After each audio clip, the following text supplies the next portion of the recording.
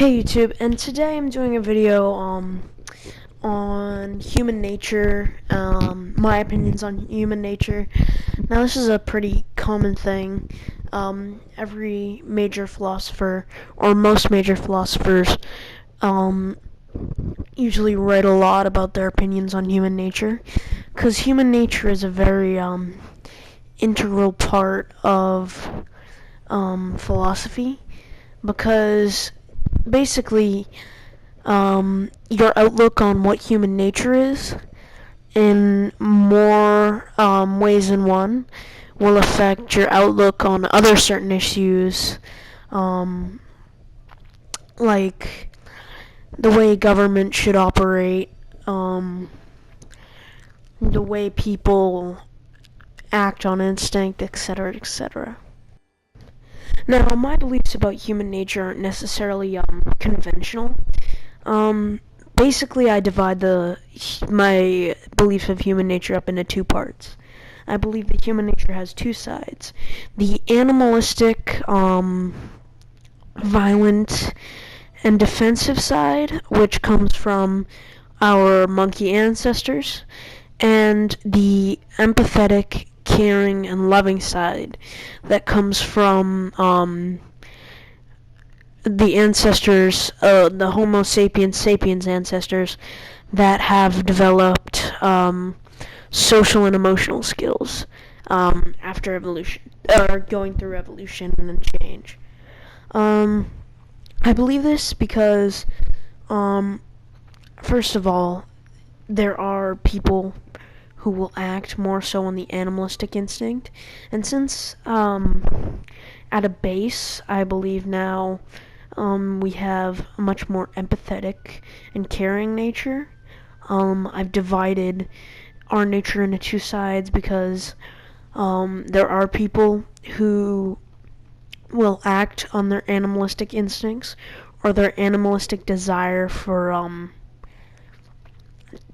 the ability to take down prey and etc., etc. And these people in modern day times have manifested themselves as people who desire to hurt other people, people who have short tempers, and that can show even in people who mostly lean to the empathetic side of human nature.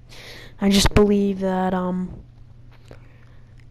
mostly people who cave to those old animalistic traits are usually fully controlled by them, because they're a very strong force. People who do cave to those traits will usually fill their lives with actions that are stereotypical of creatures who hold those traits. And sometimes they just manifest themselves as anger, but in a lot of people it can manifest itself as violence. And violence is something that we don't need. We needed violence in the times of cavemen, because we needed to fend for ourselves. We also needed to compete to find a mate, etc. So those traits have still carried on within us in these modern day times.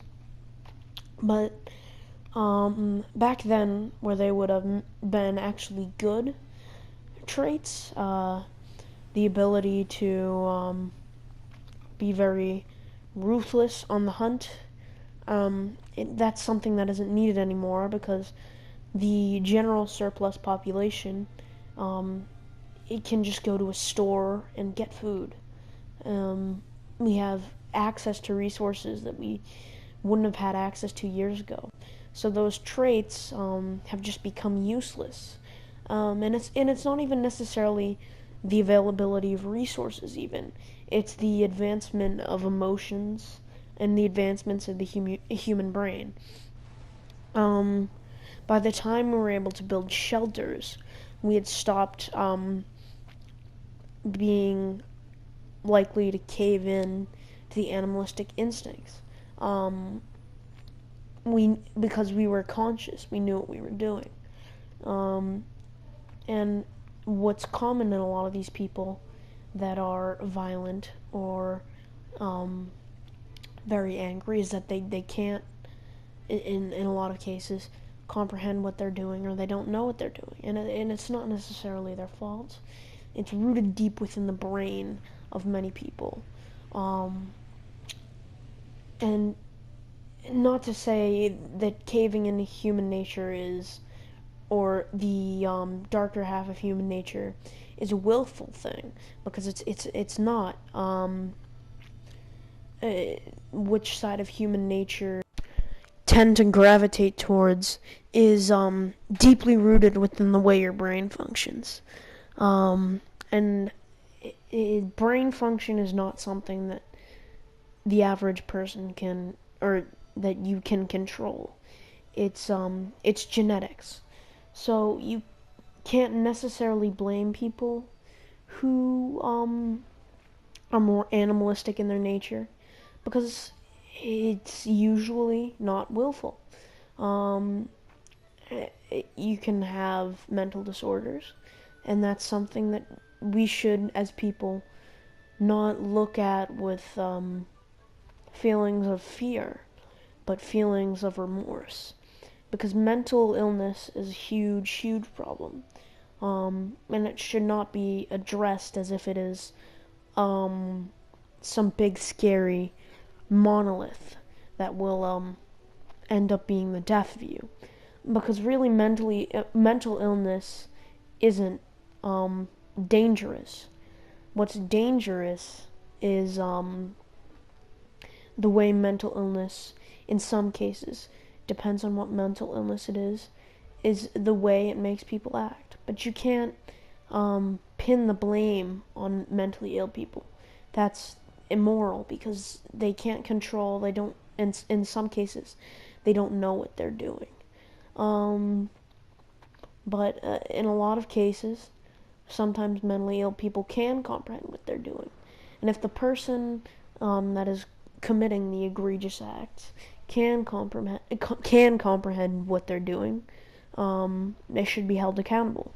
But if they couldn't comprehend, or don't understand the weight behind what they did, they shouldn't be prosecuted or punished for it, because that's simply that's cruelty, because it promotes the idea that people who are mentally ill are in general dangerous, or in general a detriment to society. And you shouldn't look at mentally ill people like that, because mentally ill people need to be helped. It's not something that is a sickness. It's not a curable sickness. It's a real problem within one's brain, and it's not something that should be looked at as this huge monolith that carries evil with it, because mental illness is not something that carries anything, really. Mental illness is more or less a trait than anything else. It's, in some cases, leftover parts of the animalistic human nature that we used to hold fully. Now, every human being holds the two parts of their nature, because human nature is something that is held by all conscious humans. But it depends on which part, as I stated earlier, you gravitate towards more so. Most people are generally neutral. And what I mean by neutral is that they exhibit an equal amount of selfishness, ill intent, and violence as they do empathy and kindness. It it just depends, honestly, on the brain function of the person. Well, let's get into something else a little deeper here, rather than just the way humans act, the way humans interact, or the way their brains function. I want to talk about the deeper intricacies of human nature and why it exists, what it pushes us to do, and why it's actually best to both cave into the social interaction side, to gravitate more towards that willingly, and just to try to fight not to cave into either side. And I'm going to get more into why that would be an important concept. And by saying not caving into human nature on either side, I don't mean not being empathetic or caring. I mean not letting human nature push you to take certain actions. You should take actions based on feelings rather than the human nature that's rooted deep inside of you. And technically, human nature is less of an emotional force than it is a driving force that pushes you to take certain actions.